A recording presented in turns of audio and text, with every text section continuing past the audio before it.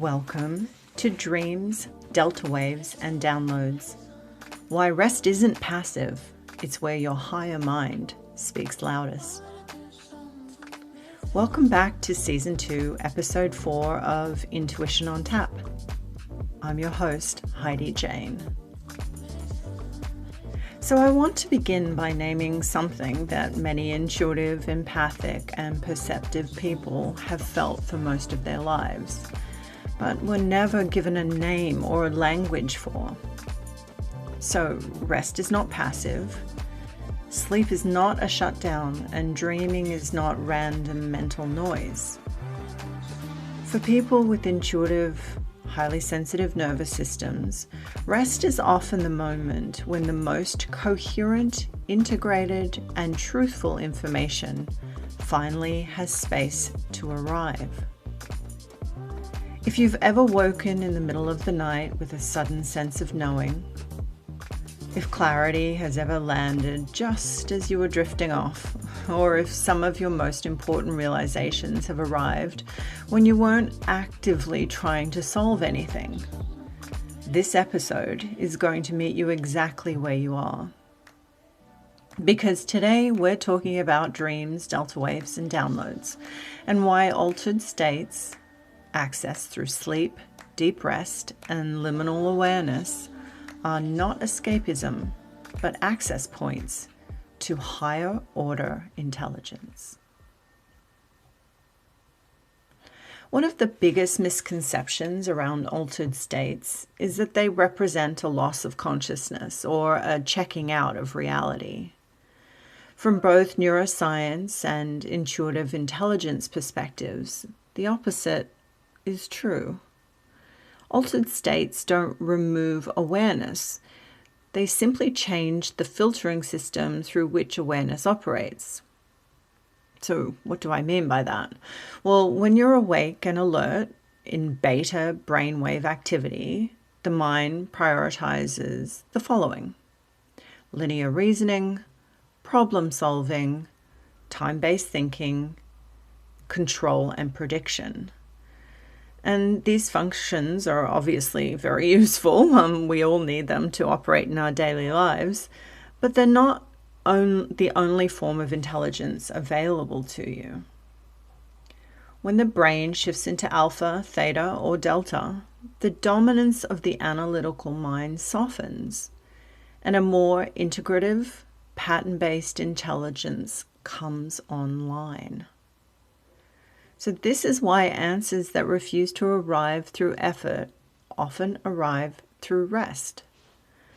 Not because you stopped thinking, but because you stopped forcing thinking to move in straight lines. Sleep is not a single state. It's a dynamic, cyclical process that moves you through multiple neurological environments across the night, each with a different function.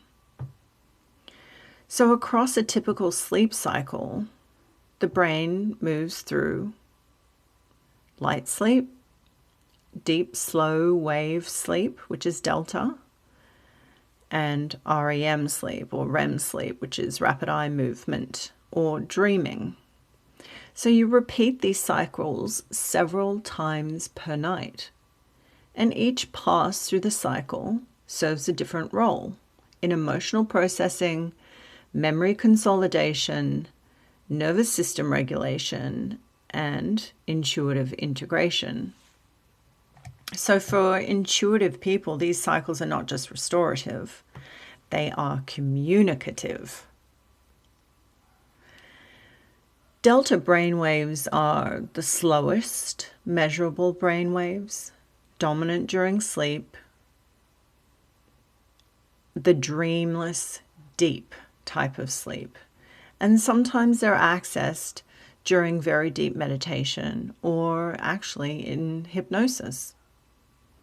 So in Delta, the thinking, narrating, decision-making inner mind is almost entirely offline.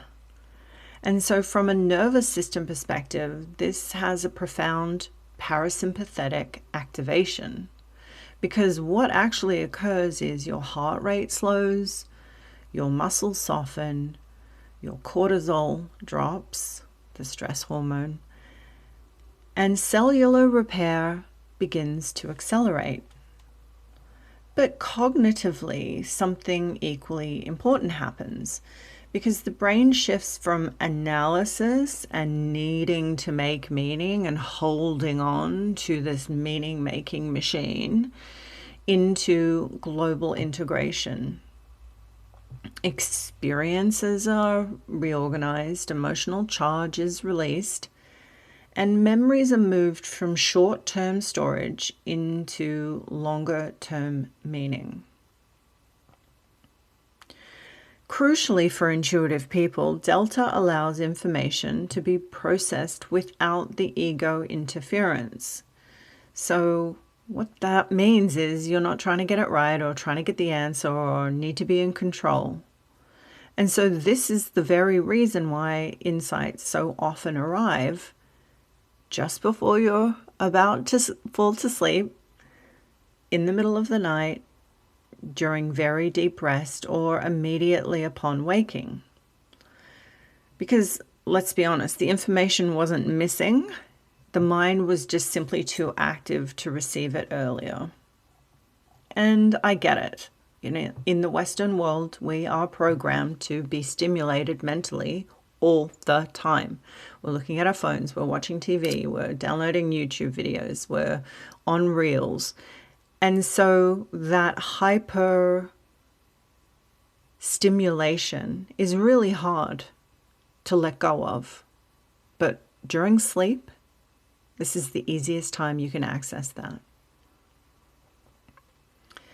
Theta brainwaves sit between waking and sleeping. They dominate during daydreaming, hypnagogic imagery, hypnosis, creative flow, and early sleep stages. So theta is where intuition speaks most fluently, not in language, but in images, in sensations, emotional tones, symbolic scenes, sudden whole body knowing, which obviously you guys already know is deeply linked to your intuitive intelligence. So this is why dreams don't explain themselves logically, because, well, they don't need to. Theta bypasses linear reasoning, and it communicates in meaning rather than instruction. For intuitive people, theta is often where guidance arrives, not as a checklist, but as a felt sense of truth that doesn't require justification. So let's talk about REM sleep, the emotional integration and symbolic translation of it. Because it's where vivid dreaming occurs, and it plays a critical role in emotional regulation.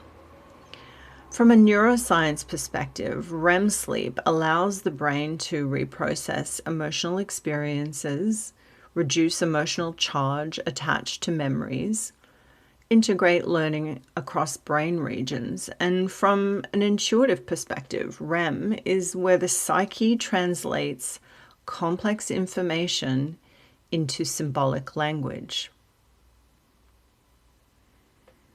So I guess you could say that dreams are not necessarily literal predictions, and they are not necessarily literal instructions, but they're more so translations. They translate emotional truth, subconscious material, intuitive insight, and unresolved patterning into imagery that bypasses the rational mind entirely. And this is why a single dream can feel actually more honest than weeks of conscious overthinking. And have you noticed that intuitive people tend to dream more intensely? Many intuitive and empathic people report that vivid dreams, lucid dreaming, emotional intensity in dreams, repeated dream themes, and strong dream recall are actually quite typical. I also like to ask people, do you dream in color? Can you smell in your dreams? Do you taste in your dreams? How is your somatic or physical experience in your dreams? That's also often really great to note too, because none of those things are accidental, because the highly perceptive nervous systems tend to remain aware during state transitions, and they process emotional material more deeply.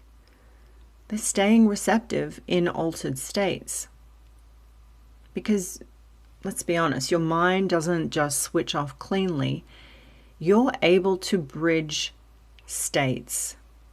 And that bridging allows information to move fluidly between conscious and subconscious layers, which is why rest becomes such a powerful source of clarity.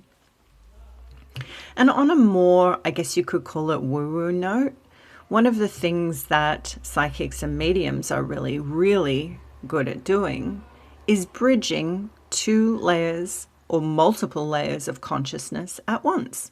They're receiving information, they're receiving psychic information from the environment or from an object or from the person around them, and they're also able to translate that information to potentially be spoken or written or communicated in some way.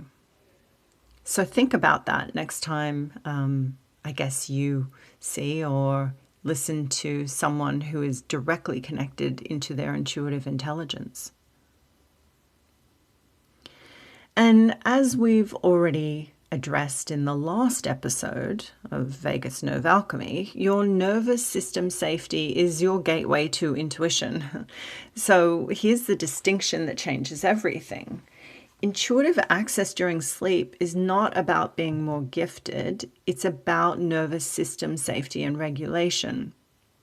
Because when the nervous system feels safe enough to release vigilance, deeper perceptual layers become available.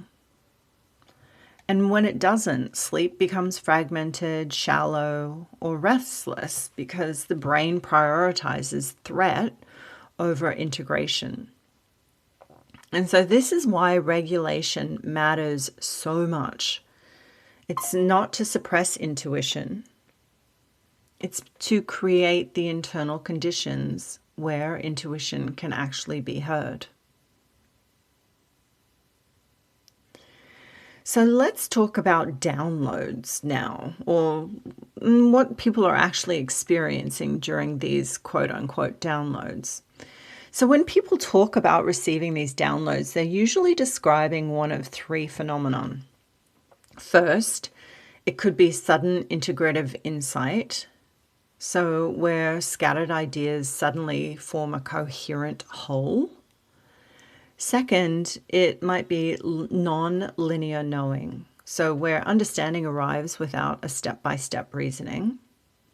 Or third, it might be symbolic clarity, where an image, phrase, or sensation carries maybe disproportionate meaning. From a neuroscience perspective, this reflects large-scale neural integration, involving the default mode network and hippocampal neocortical communication. I know that's a mouthful. But from an intuitive perspective, it feels like information arriving whole, right? You've heard me say this before in previous episodes. It feels like something's just dropped in. It's the same experience no matter what language you use. So as a highly intuitive or sensitive person, have you ever noticed that your clearest ideas rarely arrive when you force them? They arrive in the shower, on walks, while lying in bed, half asleep, half aware. Or for me, often they'll arrive even when I'm doing the dishes. Not really thinking about anything, just kind of in that open state. So this is state-dependent cognition. And certain forms of intelligence, intuitive, creative, integrative, require reduced frontal control and increased whole brain communication. So for you, rest isn't passive because your mind doesn't stop working. It starts actually working differently. So let's look at cultural conditioning versus intuitive intelligence. We do live in a culture that rewards visible effort, but intuitive intelligence doesn't respond to pressure. It responds to space. And this is why intuitive people often feel conflicted. Because rest feels essential, but guilt creeps in, and productivity feels safer than receptivity. This is, a consequence of the hustle culture that we all find ourselves in, that you have to do more, and that somehow it's not acceptable or it's judged to just be. Yet the more rest is overridden, the quieter intuitive signals become. And not because intuition disappears, but because the channel is so noisy. And now we're back to nervous system regulation. So what's the practical integration? How can we work with altered states? Let's make this practical. Firstly, we need to honor the liminal states, the moments before sleep and after waking, which are so neurologically rich. And instead of reaching for stimulation, like your phone beside your bed, allow images, emotions, or ideas to settle. Secondly, I encourage you to track patterns rather than interpreting literally. So perhaps you could ask, what was the emotional tone? Or how did it leave you feeling emotionally? Is there a theme that keeps repeating? What feels unresolved? Or what feels like it's emerging? And thirdly, I invite you to regulate before rest. A regulated nervous system accesses deeper states more reliably. So this doesn't require rituals, it just requires consistency, gentleness, predictability. And that might be different for everybody. Perhaps that includes having a bath before bed, setting a very clear boundary that you don't touch your phone an hour before you go to sleep, or you don't watch, the news or current world events just before you retire. Choose a practice and stick with it that is calming and regulates your nervous system before you even feel your body landing in your bed. You may also want to use this short guided practice. Now, of course, don't listen to this while you're driving, and don't do this practice while you're driving or operating machinery.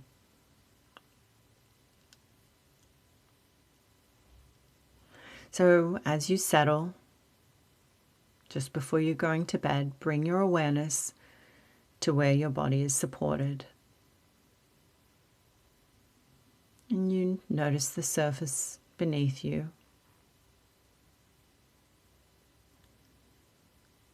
You notice the weight of your body being held.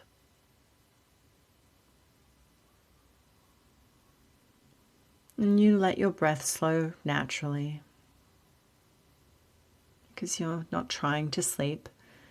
You're just creating permission, creating some space. And you can silently say, I don't need to figure anything out right now.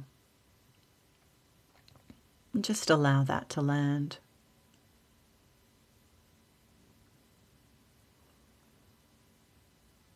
And if insight comes, allow it.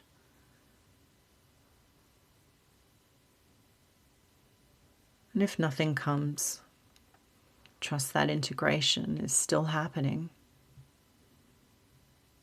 Because rest knows exactly what it's doing.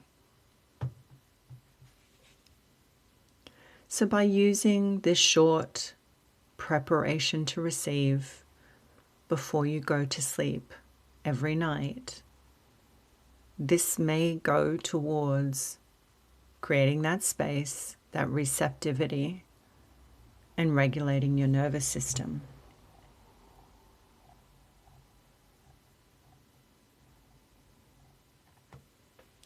This will help to trust the intelligence of rest, because your intuition doesn't go offline when you rest.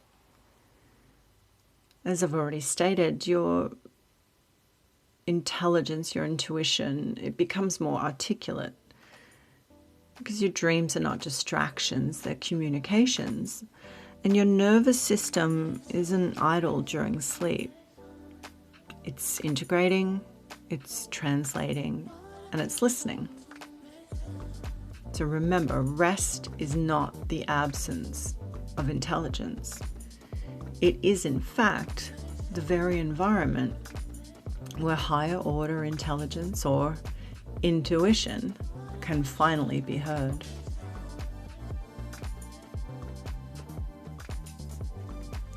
And this is where I want to gently connect this conversation to something deeper.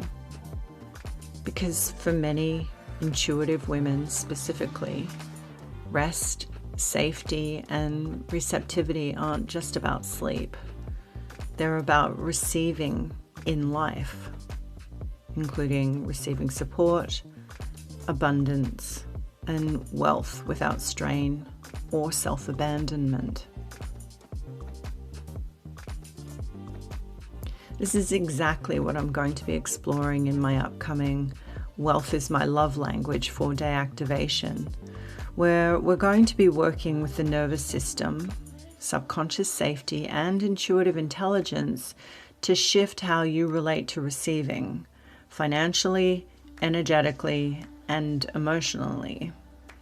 So this activation isn't about hustling harder. It's about allowing wealth to meet you where safety already exists. So if this episode and the previous episodes have resonated with you, this work will feel like a natural next step.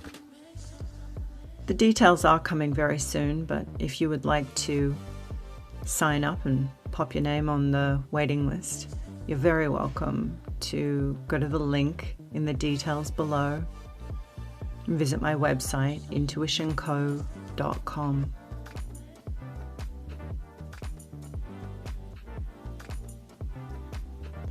If this episode has supported you, please do take a moment to like, share, or subscribe, because it genuinely helps this work reach the people who need it most. And if you know someone who lives in their dreams, receives insight through rest, or feels most alive in liminal spaces, please send this episode their way. And until next time, take very good care of yourself, and I'll see you in the next one.